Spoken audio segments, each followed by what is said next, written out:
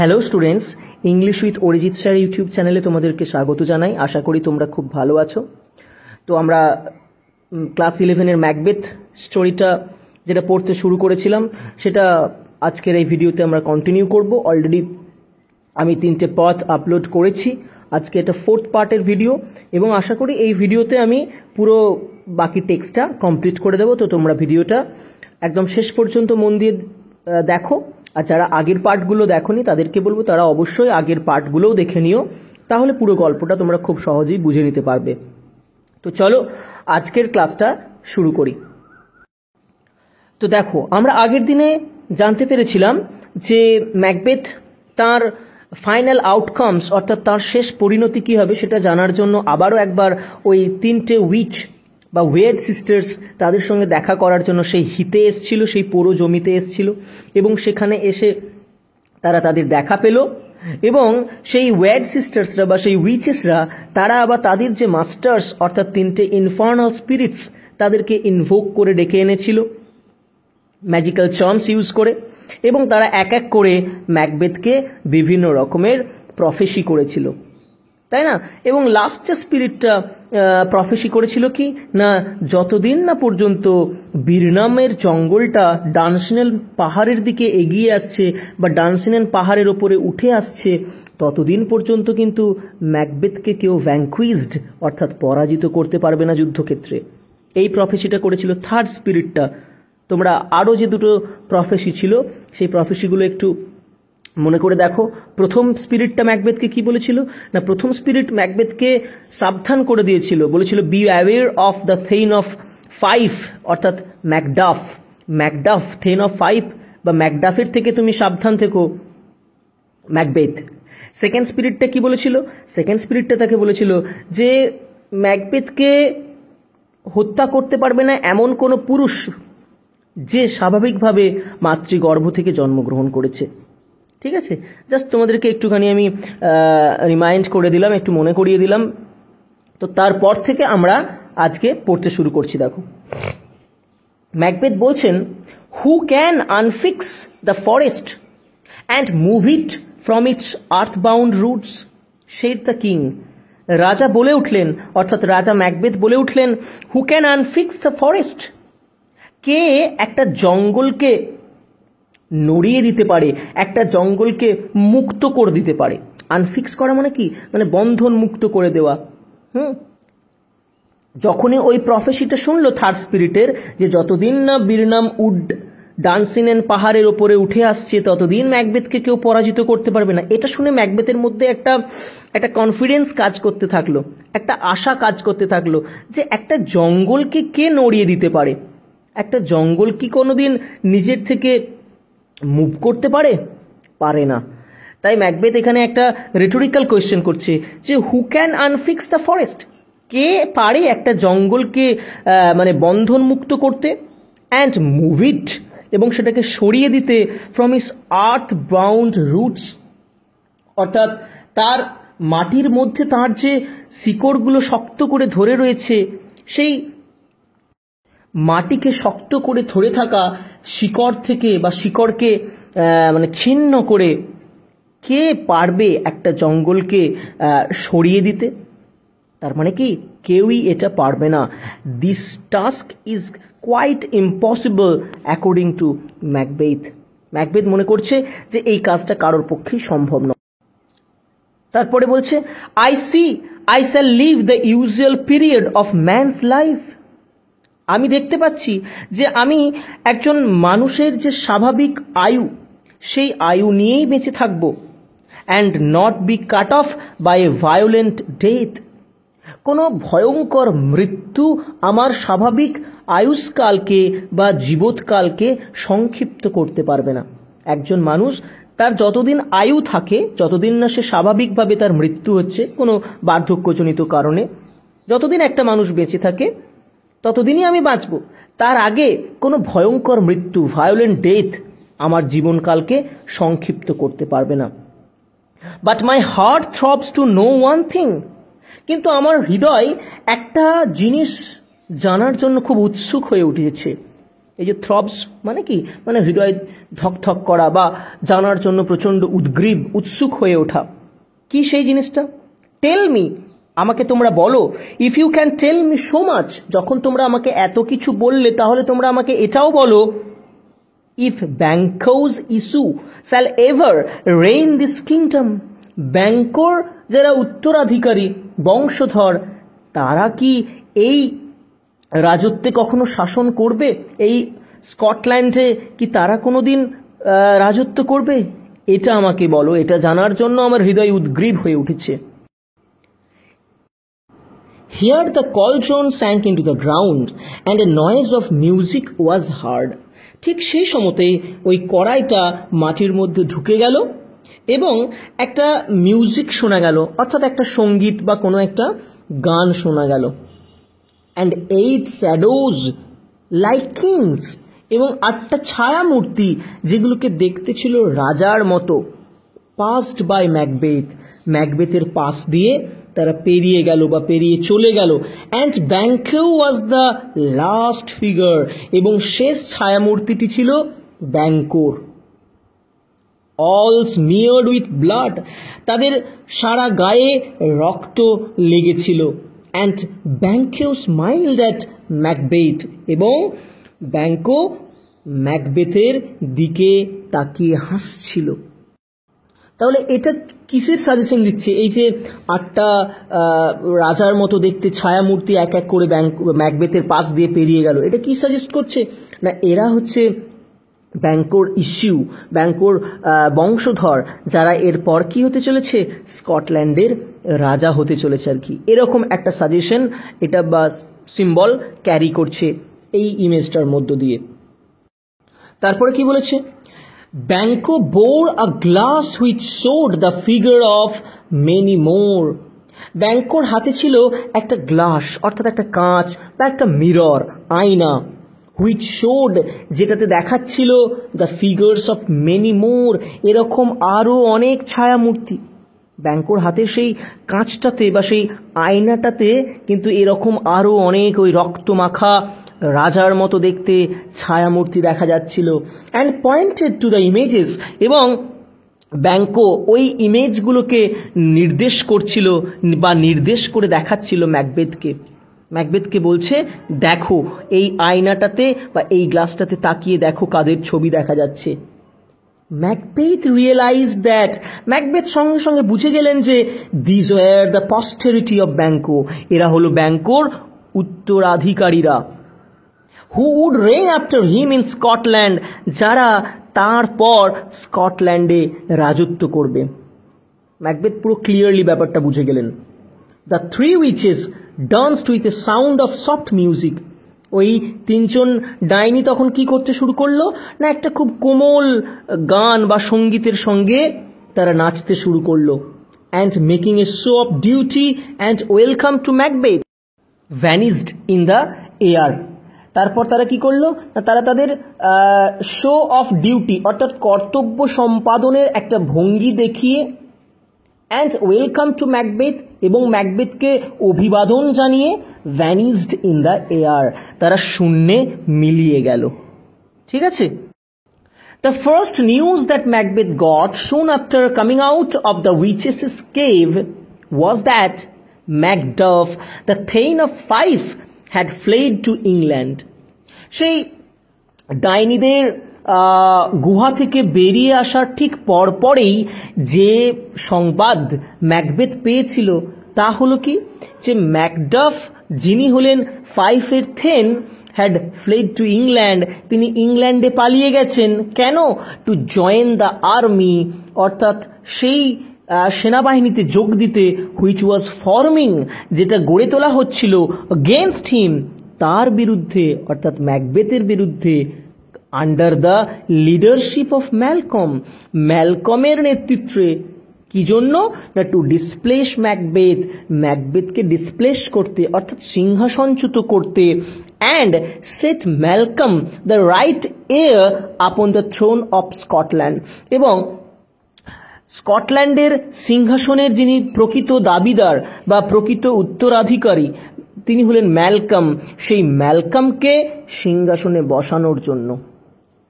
বোঝা গেল ব্যাপারটা কি হলো না, ম্যাকবেথ জানতে পারলো যে ম্যাকডাফ তিনি চলে গেছেন, যার সঙ্গে তার একটা এনভি ছিল, একটা জেলাসি ছিল, সেই ম্যাকডাফ যার বিরুদ্ধে স্পিরিটরা তাকে সতর্ক করেছিল, সেই ম্যাকডাফ ইংল্যান্ডে চলে গেলেন। কেন না, সেখানে ম্যালকম একটা সেনাবাহিনী গড়ে তুলছিলেন, সেই সেনাবাহিনীতে যোগ দেবার জন্য। যে সেনাবাহিনীটা গড়ে তোলা হচ্ছিল কি কারণে না, ম্যাকবেথকে সিংহাসন থেকে বিতাড়িত করার জন্য, এবং ম্যালকম অর্থাৎ কিং ডাঙ্কানের যে বড় ছেলে, জ্যেষ্ঠ পুত্র, তাকে স্কটল্যান্ডের সিংহাসনে বসানোর জন্য। বোঝা গেছে? তারপরে দেখো, স্টাং উইথ রেজ, রাগে বিদীর্ণ হয়ে, রেগে আগুন হয়ে গিয়ে, Macbeth set upon the castle of Macduff. Macbeth কি করলেন না, ম্যাকডাফের দুর্গের উদ্দেশ্যে বেরিয়ে পড়লেন, মানে দুর্গ আক্রমণ করার উদ্দেশ্য নিয়ে বেরিয়ে পড়লেন। কিন্তু আমরা অলরেডি জেনে গেছি যে ম্যাকডাফ তিনি আর নেই, তিনি স্কটল্যান্ডে নেই, তিনি ইংল্যান্ডে চলে গেছেন।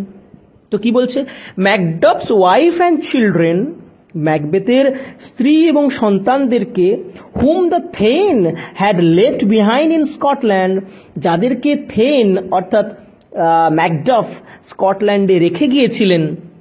তিনি তো আর স্ত্রী সন্তানদেরকে সঙ্গে নিয়ে আর্মিতে যোগ দিতে যাননি, তিনি স্ত্রী সন্তানদেরকে স্কটল্যান্ডে তার নিজের দুর্গে রেখে গিয়েছিলেন। ওয়ার ব্রুটালি স্লটার্ড, তাদেরকে পাশবিকভাবে, তাদেরকে নৃশংসভাবে হত্যা করা হলো। কে হত্যা করলেন? ম্যাকবেথ। তোমরা দেখতে পাচ্ছ ম্যাকবেথ এখন কি রকম মেন্টালিটির হয়ে পড়েছে, মানে যেই তার এগেনস্টে যাবে ম্যাকবেথ কিন্তু তাকে, বা তার যারা রিলেটিভস, তার যারা নিকট, তাদেরকে পর্যন্ত কিন্তু ম্যাকবেথ আর রেহাই দেবে না। রক্ত দেখাটা এখন ম্যাকবেথের একটা অভ্যাস হয়ে দাঁড়িয়েছে। হত্যা করা, নৃশংস হত্যা করাটা, এটা এখন তার মানে ওই যেটাকে আমরা বলি কাপ অফ টি আর কি, মানে খুব হাতের ময়লা হয়ে গেছে। যে কোনো মুহূর্তে যে কোনো কাউকে সে এখন হত্যা করতে, নৃশংস খুন করতে দ্বিতীয়বার ভাবে না। These merciless activities had gradually alienated the nobility from Macbeth. এই রকম নৃশংস কাজকর্মগুলো বা এই সমস্ত নৃশংস কাজকর্মের কারণে যারা নোবেলিটি ছিলেন, অর্থাৎ যারা অভিজাত সম্প্রদায়ের মানুষজনেরা, তারা আস্তে আস্তে কি করলেন না, ম্যাকবেথের থেকে নিজেদেরকে অ্যালিনেট করে নিলেন, অর্থাৎ নিজেদেরকে ডিটাচ করে নিলেন, তাই না? তার তারা কিন্তু আস্তে আস্তে ত্যাগ করলেন, তাই না? ভালো মানুষের সংসর্গে তো আমরা থাকতে চাই, খারাপ মানুষের সংসর্গে আমরা কেউই থাকতে চাই না। কাজেই নোবেল পার্সনসেরা তারা ধীরে ধীরে ম্যাকবেথের থেকে নিজেদেরকে অ্যালিনেট করে নিলেন, ডিটাচ করে নিলেন। Many fled to join Malcolm and Macduff, অনেকেই কি করলেন না, ম্যালকম এবং ম্যাকডাফের সঙ্গে ওই ইংল্যান্ডে সেনাবাহিনীতে যোগ দেওয়ার জন্য চলে গেলেন অনেক নোবেলম্যানেরা। Who were now approaching with a powerful army, যারা এখন একটা শক্তিশালী সেনাবাহিনী নিয়ে ক্রমশ অগ্রসর হচ্ছিলেন। ওই ম্যালকম এবং ম্যাকডাফ তারা এখন একটা শক্তিশালী আর্মি করে ক্রমশ স্কটল্যান্ডের দিকে এগিয়ে আসছিলেন। Which had been raised in England, যে সেনাবাহিনীটা গড়ে তোলা হয়েছিল কোথায়? ইংল্যান্ডে। অ্যান্ড দ্য রেস্ট, এবং বাকিরা অর্থাৎ স্কটল্যান্ডের বাকি অধিবাসীরা, উইজড, তারা মনে মনে ইচ্ছা প্রকাশ করছিলেন কি না, সাকসেস টু দেয়ার আর্মস, অর্থাৎ তাদের সেনাবাহিনীর সাফল্য তারা মনে মনে কামনা করছিলেন। Though for fear of Macbeth they could not take active part, যদিও তারা ম্যাকবেথের ভয়ে সক্রিয়ভাবে সেই সেনাবাহিনীতে অংশ নিতে পারছিলেন না, কারণ ম্যাকবেথ এখন প্রচণ্ড হিংস্র হয়ে উঠেছে। যদি জানতে পারে যে কেউ তার মানে এগেনস্টে গিয়ে সেনাবাহিনীতে যোগদান করেছে, তাকে না পেলেও ম্যাকবেথ তার ফ্যামিলিতে যারা রয়েছে, ফ্যামিলি মেম্বার্স, তাদেরকেও কিন্তু ছাড়বে না। তাই সেই ভয়ে, ম্যাকবেথের ভয়ে অনেকে কিন্তু সক্রিয়ভাবে সেই আর্মিতে যেতে পারলো না, কিন্তু তারা মনে মনে এই কামনা করতে থাকলো যেন ওই ম্যাকডাফ এবং ম্যালকমের গড়ে তোলা যে সেনাবাহিনী, সেই সেনাবাহিনী যেন জয়ী হয়, অর্থাৎ ম্যাকবেথকে যেন পরাজিত করতে পারে। এভরিবডি হেটেড ম্যাকবেথ, প্রত্যেককেই এখন ম্যাকবেথকে ঘৃণা করতে শুরু করে। দ্য টাইরান্ট যে ম্যাকবেথ এখন একটা টাইরান্ট, একটা শয়তানে পরিণত হয়েছে। নোবডি অনার্ড হিম, কেউ তাকে আর এখন সম্মান করে না, বাট অল সাসপেক্টেড হিম, প্রত্যেককেই তাকে সন্দেহ করে। And he began to envy the condition of Duncan. দেখো, সে এখন ডাঙ্কানের যে পরিস্থিতি সেটাকে নিয়ে হিংসা করছে। কেন ডাঙ্কানের অবস্থা নিয়ে তিনি এখন ঈর্ষাবোধ করছেন? দেখো বলেছে, who now slept soundly in his grave, যে এখন তার কবর বা সমাধির মধ্যে গভীরভাবে ঘুমে আচ্ছন্ন হয়ে রয়েছেন, তাই না? ডাঙ্কান তো এখন তার কবরে রয়েছেন, তিনি তো আর এই জগতে নেই। Against whom treason had done its ওর, বিশ্বাসঘাতকেরা যার চরম সর্বনাশ করেছে, তাই না? এখানে বিশ্বাসঘাতক কে? ম্যাকবেথ। ম্যাকবেথ তার চরম সর্বনাশ করেছে, ডাঙ্কানকে এই পৃথিবী থেকে চিরতরের জন্য সরিয়ে দিয়েছে, কিন্তু সে এখন শান্তিতে কবরের নিচে ঘুমোচ্ছে। কিন্তু ম্যাকবেথের জীবন থেকে ঘুম বস্তুটা কিন্তু পুরোপুরি উড়ে গেছে। সেই জন্যই ম্যাকবেথ এখন ডাঙ্কানকে এনভি করছে, ঈর্ষা করছে। তারপরে কি বলছে? Neither steel nor poison, domestic malice nor foreign levies could hurt him any longer. Neither steel nor poison, তরবারির আঘাত, এখানে স্টিল মানে হচ্ছে সোড আর কি, না তরবারির আঘাত, নর পয়জন নাকি বিষ প্রয়োগ, ডোমেস্টিক ম্যালিস আভ্যন্তরীণ অশান্তি, মানে নিজের দেশের মধ্যে যে সমস্ত অশান্তি বা বিবাদ সেটাকে বলা হচ্ছে ডোমেস্টিক ম্যালিস, নর ফরেন লেভিস নাকি বিদেশি শুল্ক বা ট্যাক্স যেটাকে আমরা বলি কর, কুড হার্ট হিম এনি লঙ্গার, তাকে আর মানে মানে আঘাত করতে পারবে না, তাকে আর স্পর্শ করতে পারবে না, তাকে আর কষ্ট দিতে পারবে না। তারা যখন একজন রাজা বেঁচে থাকেন তখন তার এই সকল ভয়গুলো থাকে, যে কোনো সময় তিনি তরবারির আঘাতে তার মৃত্যু হতে পারে, কেউ ষড়যন্ত্র করে তার উপরে বিষ প্রয়োগ করে মেরে ফেলতে পারে, তাকে বিভিন্ন দেশের অভ্যন্তরে যে সমস্ত বিবাদ দ্বন্দ্ব সেগুলো মেটাতে হয়, তাকে ফরেন লেভিস বা বিদেশি শুল্ক ট্যাক্স দিতে হয়। কিন্তু যখন ডাঙ্কান আর বেঁচেই নেই তখন এইগুলোর ভয় আর তার মধ্যে নেই। এটা নিয়ে ম্যাকবেথ এখন হিংসা করছেন ডাঙ্কানকে, কারণ ম্যাকবেথকে এখন এই সমস্ত জিনিসগুলোর কে সাফার করতে হচ্ছে, তাই না? তারপর কি বলেছে? Meanwhile the queen who had been the sole partner in his wickedness, এদিকে ম্যাকবেথের সমস্ত রকমের পাপ কাজের একমাত্র যিনি সঙ্গী ছিলেন, উইকেডনেস মানে হচ্ছে কি, মানে খারাপ কাজ, পাপ কাজের সোল পার্টনার, একমাত্র সঙ্গিনী যিনি ছিলেন, তার রানী, in whose bosom he could sometimes seek a momentary repose from those terrible dreams, যার বুকের ওপর মাথা রেখে তিনি সেই সমস্ত ভয়ানক দুঃস্বপ্ন থেকে ক্ষণিকের জন্য রেহাই পাওয়ার চেষ্টা করতেন। এই যে মোমেন্টারি রিপোজ মানে ক্ষণিকের একটু বিশ্রাম বা শান্তি নিতে চাইতেন, ফ্রম দোজ টেরিবল ড্রিমস, সেই সমস্ত ভয়ঙ্কর ভয়ঙ্কর স্বপ্নগুলো থেকে, হুইচ অ্যাফ্লিক্টেড দেম বোথ, যা তাদের উভয়কেই কি করত না অ্যাফ্লিক্ট করত, মানে কষ্ট দিত। সেই সমস্ত ড্রিমসগুলো পাস্ট অ্যাওয়ে, অর্থাৎ lady Macbeth had passed away, সেই লেডি ম্যাকবেথ কিন্তু আলটিমেটলি মারা গেলেন। ঠিক আছে, তাহলে ম্যাকবেথের ওই কুকর্মের খারাপ কাজের যে একমাত্র সঙ্গী ছিলেন তিনিও কিন্তু এই পৃথিবী থেকে বিদায় নিলেন। তাহলে ম্যাকবেথ এখন কমপ্লিটলি অ্যালন, সম্পূর্ণ একা, isolated. Unable to bear the remorse of guilt, she began to suffer from somnambulism and she ultimately died. অপরাধবোধের দংশন সহ্য করতে না পেরে এবং ঘুমের মধ্যে হেঁচে বেড়ানোর রোগে আক্রান্ত হয়ে তিনি অবশেষে আত্মহত্যা করেন। ঠিক আছে, এই যে জায়গাটা আমি একটু ক্লিয়ার করে বলে দিই। দেখো, unable to bear the remorse of guilt. Remorse of guilt মানে কি? রিমোর্স মানে হচ্ছে একটা দংশন, অপরাধ বোধের দংশন। রিমোর্স অফ গিল্ট অপরাধ বোধের যে একটা দংশন, বিবেক, যেটাকে আমরা বলি বিবেকের দংশন, সেটাকে আর সহ্য করতে না পেরে এবং তিনি একটা রোগে আক্রান্ত হয়েছিলেন যেটাকে বলা হয় সোমনাম্বুলিজম বা স্লিপ ওয়াকিং, ঘুমের মধ্যে হাঁটা। লেডি ম্যাকবেথের কি হতো না, তিনি ঘুমের মধ্যে উঠে পড়তেন, তিনি কিন্তু ঘুমের মধ্যেই থাকতেন, কিন্তু তিনি হেঁটে চলে বেড়াতেন। এই যে রোগটাকে এটাকে বলা হয় সোমনাম্বুলিজম, এই রোগে তিনি আক্রান্ত হয়ে পড়েন এবং ফাইনালি আলটিমেটলি তিনি মৃত্যুবরণ করেন। তিনি নিজেকে মানে হ্যাং করেন আর কি, মানে গলায় দড়ি নিয়ে যে মৃত্যুটাকে আমরা বলি, সেইভাবে তিনি সুইসাইড করেন। Macbeth was left alone. ম্যাকবেথ সম্পূর্ণ একা হয়ে গেলেন, তাই না? সমস্ত নোবেল ম্যানেরা অলরেডি তাকে ছেড়ে চলে গেছে, প্লাস তার স্ত্রীও আজকে তাকে ছেড়ে চলে গেলেন, তিনি সম্পূর্ণ একা। হি গ্রিউ কেয়ারলেস অফ লাইফ, তিনি জীবন সম্পর্কে সম্পূর্ণ উদাসীন হয়ে পড়লেন।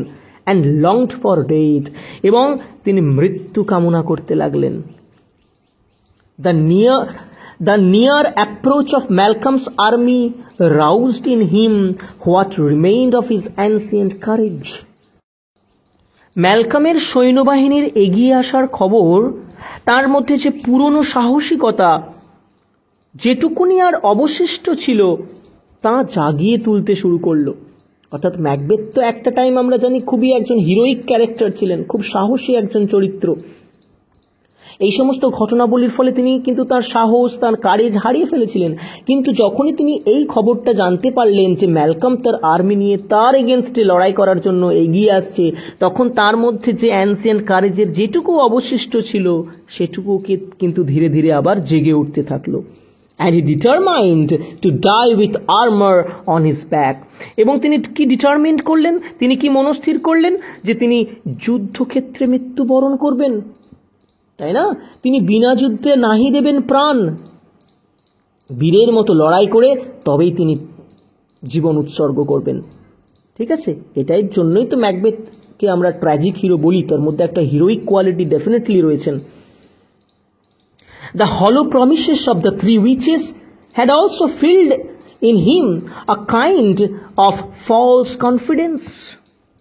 The hollow promises, অর্থাৎ সেই অন্তঃসার শূন্য মানে প্রতিশ্রুতি, ভবিষ্যৎবাণীগুলো, of the three witches, ওই তিনজন ডাইনির, had also filled in him a kind of false confidence, তার মধ্যে একটা একটা একটা একটা মিথ্যে আত্মবিশ্বাস তৈরি করে দিয়েছিল, তাই না? যে যে প্রফেসিগুলো বা প্রমিসগুলো করে গিয়েছিল ওই স্পিরিটগুলো, তার ফলে ম্যাকবেথের মনের মধ্যে একটা ফলস কনফিডেন্স তৈরি হয়েছিল, মিথ্যে আত্মবিশ্বাস তৈরি হয়েছিল, ঠিক তো?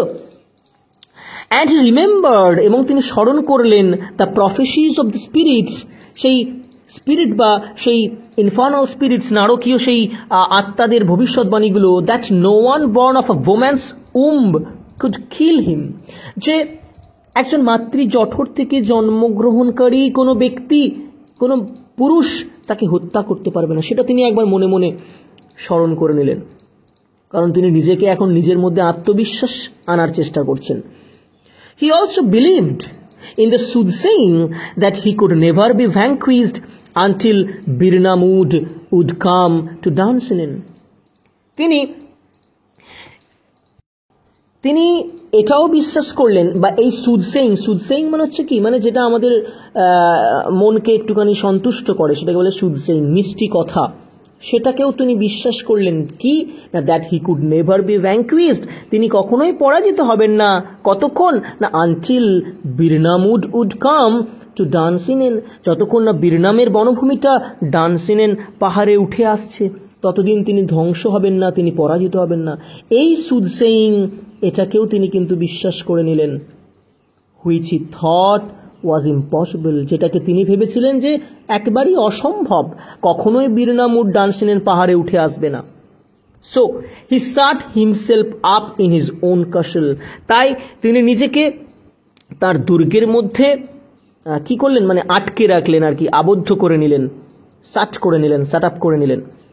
Which was thought to be absolutely impregnable, যেটাকে পুরোপুরি তিনি মনে করেছিলেন যে দুর্ভেদ্য, কেউ তার দুর্গের মধ্যে প্রবেশ করতে পারবেন না। তিনি ভেবেছিলেন তার দুর্গ হচ্ছে কি ইমপ্রেগনেবল, অর্থাৎ দুর্ভেদ্য। And waited for Malcolm to invade it, এবং তিনি অপেক্ষা করছিলেন যে ম্যালকম কখন এসে তার দুর্গের মধ্যে প্রবেশ করবে, সেই জন্য তিনি অপেক্ষা করছিলেন। তারপরে কি বলেছে দেখো, ফাইনালি আ ডে কেম, অবশেষে একটা দিন এলো, when a messenger approached him, যখন একজন দূত তার কাছে এলো, অর্থাৎ ম্যাকবেথের কাছে। কেমন অবস্থায়? পেল অ্যান্ড ট্রেম্বলিং উইথ ফিয়ার, ফ্যাকাশে চোখ মুখ নিয়ে এবং ভয়ে কাঁপতে কাঁপতে ম্যাকবেথের কাছে একজন দূত এলেন। Almost unable to report to Macbeth that which he had seen, যিনি প্রায় বলতে অসমর্থ ছিলেন ম্যাকবেথকে যে তিনি কি দেখেছেন তার চোখে।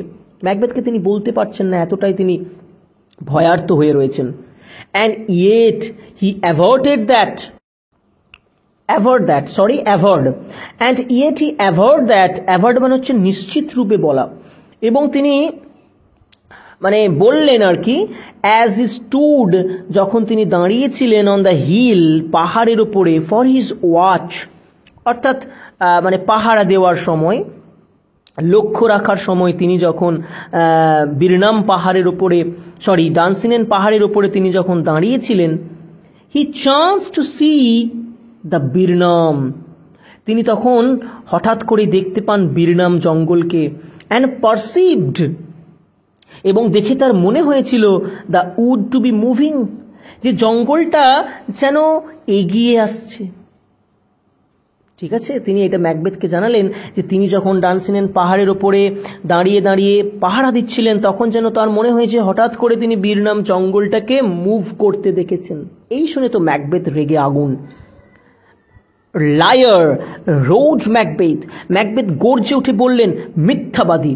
ইফ ইউ স্পিক ফলস, যদি তুমি মিথ্যা কথা বলো, you shall be hanged alive upon the next tree, তোমাকে এই পরের গাছটাতে আমি জীবন্ত ফাঁসি দেব।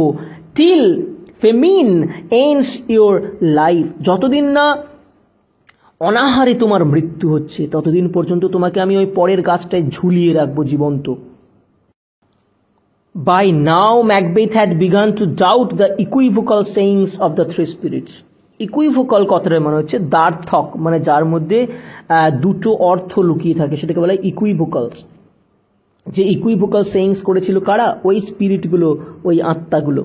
তো কি বললো এখানে? যে বাই নাও, এখন, Macbeth had begun to doubt, Macbeth সন্দেহ করতে শুরু করেছিল, the equivocal sayings of the three spirits, ওই তিনজন আত্মার দ্বার্থক কথাবার্তাগুলো। এতদিন ম্যাকবেথ সেগুলোকে মানে টেকেন ফর গ্রান্টেড হিসেবে ধরে নিয়েছিল, যে ওরা যেগুলো বলেছে সেগুলো একদম সত্যি কথা বলেছে, তার মধ্যে কোনো সন্দেহ নেই। কিন্তু এতদিনে ম্যাকবেথ সেগুলোর মধ্যে যে দ্বার্থক মানে দুটো করে অর্থ লুকিয়ে রয়েছে সেগুলো নিয়ে তিনি কিন্তু ভাবতে শুরু করেছেন, সন্দেহ প্রকাশ করতে শুরু করেছেন। He never feared of being vanquished till Birnam Wood should advance towards Dunsinane, and now the wood did move. He never feared of being vanquished, তিনি কখনোই পরাজিত হবার ভয় করেননি। Till Birnam Wood should advance towards Dunsinane, যতদিন না পর্যন্ত বিরনামের বনভূমি ডানসিনেন পাহাড়ের দিকে এগিয়ে আসছে, ততদিন তার মনে পরাজিত হওয়ার আর কোনো ভয় ছিল না। And now the wood did move, কিন্তু এখন তো বনভূমিটা মুভ করছে। হাউএভার, যাই হোক না কেন, সেই ম্যাকবেথ বললেন, if this which he vouches be true, let us take arms and move out. কি বললেন? যে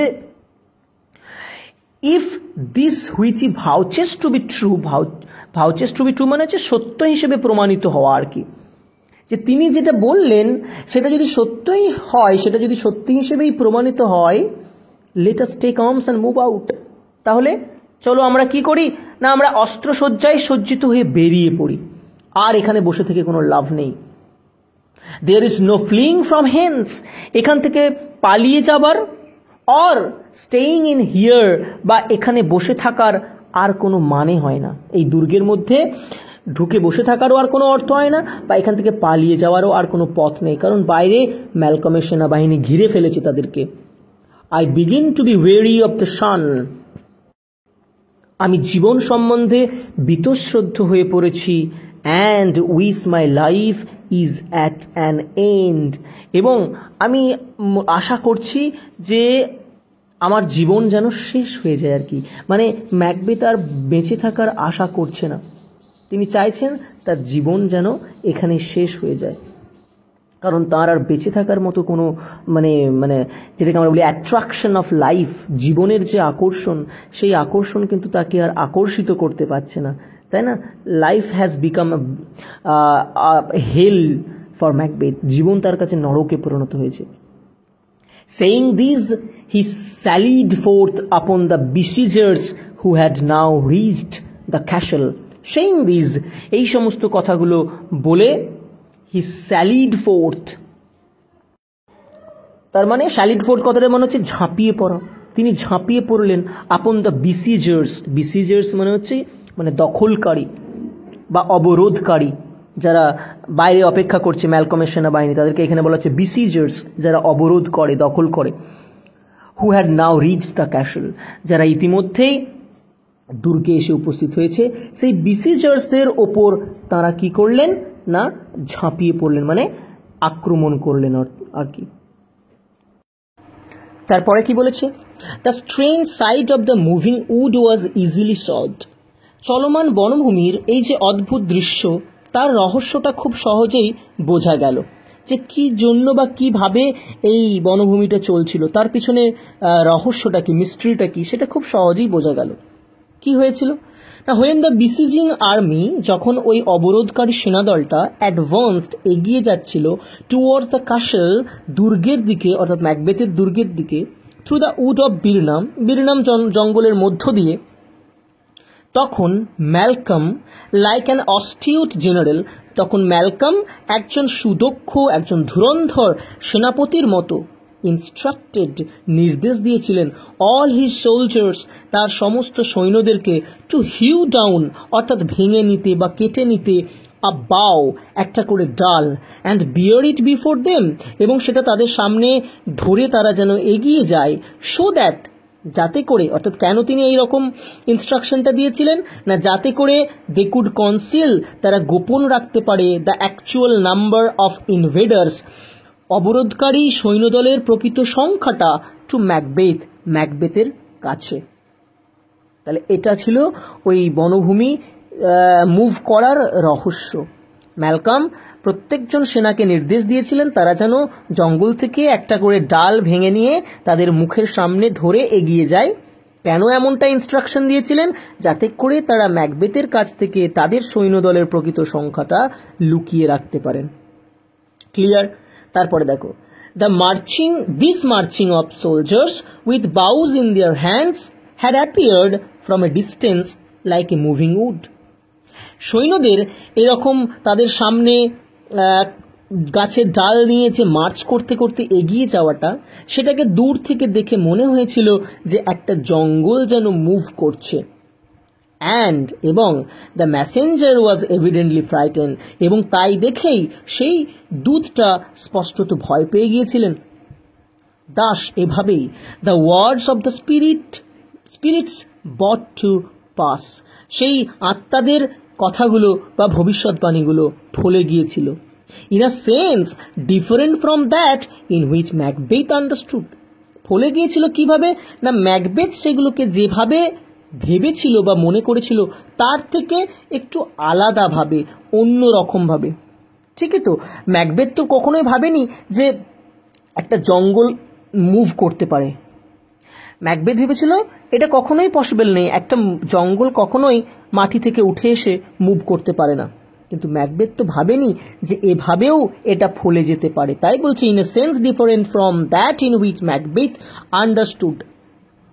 ম্যাকবেথ যেভাবে ভেবেছিল ঠিক তার থেকে কিছুটা অন্যরকমভাবে জিনিসটা ফলে গেল। And so he lost his confidence, এবং তাই সে, অর্থাৎ ম্যাকবেথ, তার আত্মবিশ্বাস হারিয়ে ফেললেন। তারপরে কি বলেছে? আ ফিয়ার্স কিরমিস টুক প্লেস। কিরমিস কথাটা মনে হচ্ছে খণ্ডযুদ্ধ, একটা ভয়ঙ্কর খণ্ডযুদ্ধ শুরু হলো। ইন হুইচ, যাতে Macbeth স্লটার্ড all those who challenged him, Macbeth হত্যা করলেন তাদের সকলকেই যারা তার মুখোমুখি হয়েছিল, মানে যারা তার সামনে এসেছিল, তাকে চ্যালেঞ্জ করেছিল, তিনি তাদের সবাইকে হত্যা করলেন, because he was a great soldier, a great general. সেই জন্য আনটিল হি ফেসড ম্যাকডাফ, যতক্ষণ না তিনি ম্যাকডাফের মুখোমুখি হলেন। তার আগে পর্যন্ত যতজন সৈন্য বিপরীত দলের তার মুখোমুখি হয়েছে, তিনি সবাইকে মেরে ফেলেছেন। And remembering the caution of the spirit, এবং তিনি মনে করছিলেন সেই আত্মার সতর্কবাণীটা, হু হ্যাড কাউন্সেলড হিম, যে তাকে পরামর্শ দিয়েছিল, to stay away from the thane of Fife, thane of ফাইভের থেকে দূরে থাকতে। He would have returned back, বা he would have turned back, তিনি চাইছিলেন এবার ফিরে যেতে। যখনই তিনি ম্যাকডাফের মুখোমুখি হয়েছেন, তখনই তার সেই স্পিরিটের কশনটা, সেই সতর্কবাণী মনে পড়ে গেছে যে ম্যাকডাফের থেকে তুমি দূরে থেকো, এবং তিনি চাইছেন যে ম্যাকডাফের থেকে তিনি পালিয়ে যাবেন। বাট কিন্তু Macduff, who had been seeking him through the whole fight, Macduff যে তাকে এই গোটা যুদ্ধক্ষেত্র ধরে খুঁজে বেড়াচ্ছিল, ম্যাকডাফ গোটা যুদ্ধক্ষেত্র ধরে ম্যাকবেথকে খুঁজে বেরিয়েছে, অপোজড হিজ টার্নিং, তিনি ম্যাকবেথকে ফিরে যেতে বাধা দিলেন। অ্যান্ড এ ফিয়ার্স কন্টেস্ট এনসিউড, এবং এক ভয়ঙ্কর যুদ্ধ শুরু হলো ম্যাকবেথ এবং ম্যাকডাফের মধ্যে। ম্যাকডাফ রিপ্রোচড হিম, ম্যাকডাফ তাকে তিরস্কার করলেন, গালাগালি দিলেন। অ্যান্ড কল্ড হিম, এবং তাকে বললেন আ টাইরান্ট, একজন স্বৈরাচারী, অত্যাচারী শাসক, মার্ডারার, একজন খুনি, হেলহাউন্ড, নরকের কুকুর, অ্যান্ড আ ভিলেন, এবং একজন শয়তান। কেন না, for brutally slaughtering his wife and his innocent children by hired murderers, তার স্ত্রী এবং তার নিষ্পাপ সন্তানদেরকে ভাড়াটে খুনি দ্বারা নৃশংসভাবে হত্যা করানোর জন্য। Then Macbeth remembered the words of the spirit, তখন ম্যাকবেথ সেই আত্মাদের কথাগুলো বা ভবিষ্যৎবাণীগুলো মনে করলেন। অ্যান্ড বোল্ডলি প্রোক্লেমড, এবং সাহসের সঙ্গে তিনি ঘোষণা করলেন, I bear a charmed life which must not yield to a man born naturally of a woman, যে আমি জাদুমন্ত্র দ্বারা সুরক্ষিত একটা জীবন লাভ করেছি, বা জাদুমন্ত্র দ্বারা আমার জীবন সুরক্ষিত, যে জীবন মাথা নত করবে না বা বশ্যতা স্বীকার করবে না এমন একজন মানুষের কাছে, যে স্বাভাবিকভাবে মাতৃজঠর থেকে জন্মগ্রহণ করেছে। বোঝা গেল? অ্যাট দিস, এই শুনে ম্যাকডাফ স্নাবড হিম, ম্যাকডাফ তাকে ধমক দিলেন, তিরস্কার করলেন। স্নাবড মানে হচ্ছে ধমক দেওয়া বা তিরস্কার করা। অ্যান্ড ডিক্লেয়ার্ড, এবং ঘোষণা করলেন যে he was never as the ordinary man is naturally born, একজন সাধারণ মানুষ যেভাবে স্বাভাবিকভাবে মাতৃজঠর থেকে জন্মায়, তিনি সেইভাবে জন্মাননি।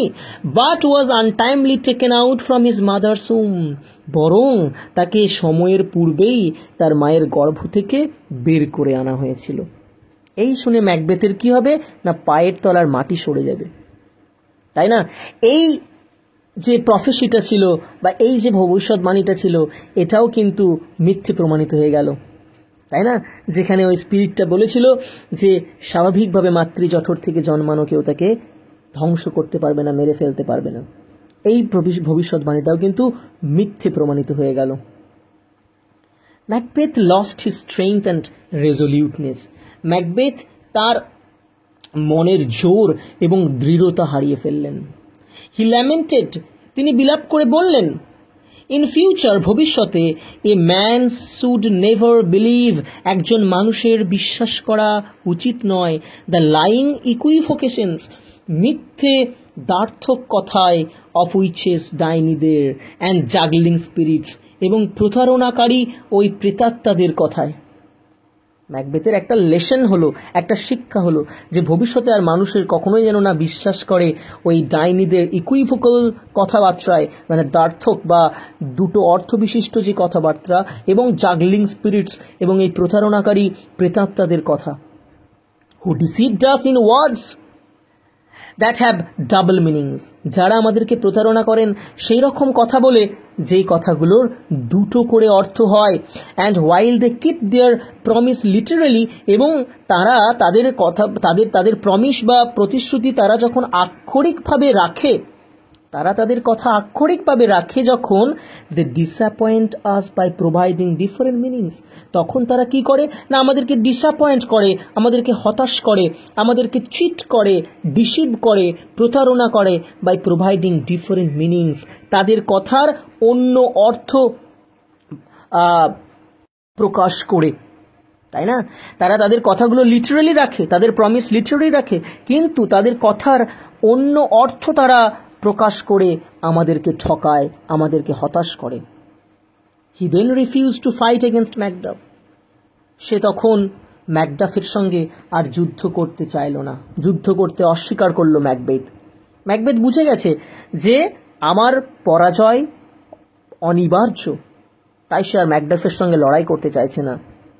ম্যাকডাফ হু অ্যাভয়েড হিম, ম্যাকডাফ যে তাকে ঘৃণা করত, স্কর্নফুলি টোল্ড হিম, তাচ্ছিল্যের সঙ্গে তাকে বলল that they would imprison him, যে তারা তাকে বন্দি করবে, and demonstrate him to the laity as a tyrant, এবং তাকে জনসাধারণের সামনে একজন অত্যাচারী রাজা হিসেবে প্রতিস্থাপন করবে বা উপস্থাপন করবে, প্রদর্শন করবে। ডেমনস্ট্রেট করা মানে প্রদর্শন করবে। Quite like the way monsters are displayed, ঠিক যেভাবে দস্যুদেরকে বা দানবদেরকে প্রদর্শন করানো হয়। এই শুনে ম্যাকবেথের মানে প্রেস্টিজে আঘাত লেগেছে, যে আমাকে একজন অত্যাচারী শাসক হিসেবে সবার সামনে তুলে ধরা হবে, এটা তার প্রচণ্ড প্রেস্টিজে আঘাত করছে। ম্যাকবেথ তখন বলে উঠছে, নেভার, কখনোই না, মানে এটা কখনোই হতে পারে না।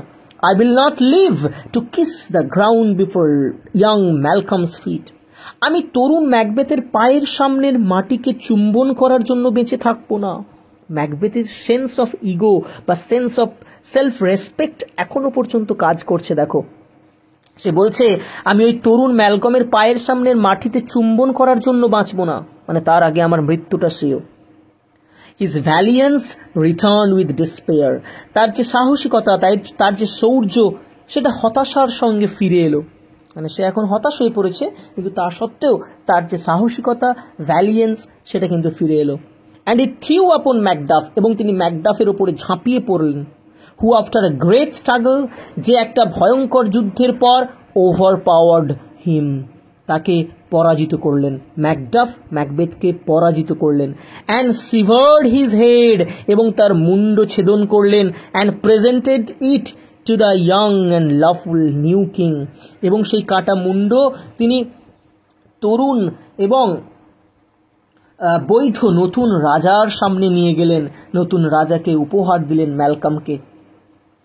Malcolm then ascended the throne amid acclamations of the noblemen and the people of Scotland. তারপর স্কটল্যান্ডের সমস্ত অভিজাত মানুষ এবং সাধারণ মানুষের প্রশংসা হর্ষধ্বনির মধ্যে ম্যালকম সিংহাসনে আরোহণ করলেন। তাহলে এই হচ্ছে ম্যাকবেথ নাটকটা, পুরোটা আমরা কমপ্লিট করলাম। আশা করি তোমাদের গল্পটি খুব ভালো লেগেছে।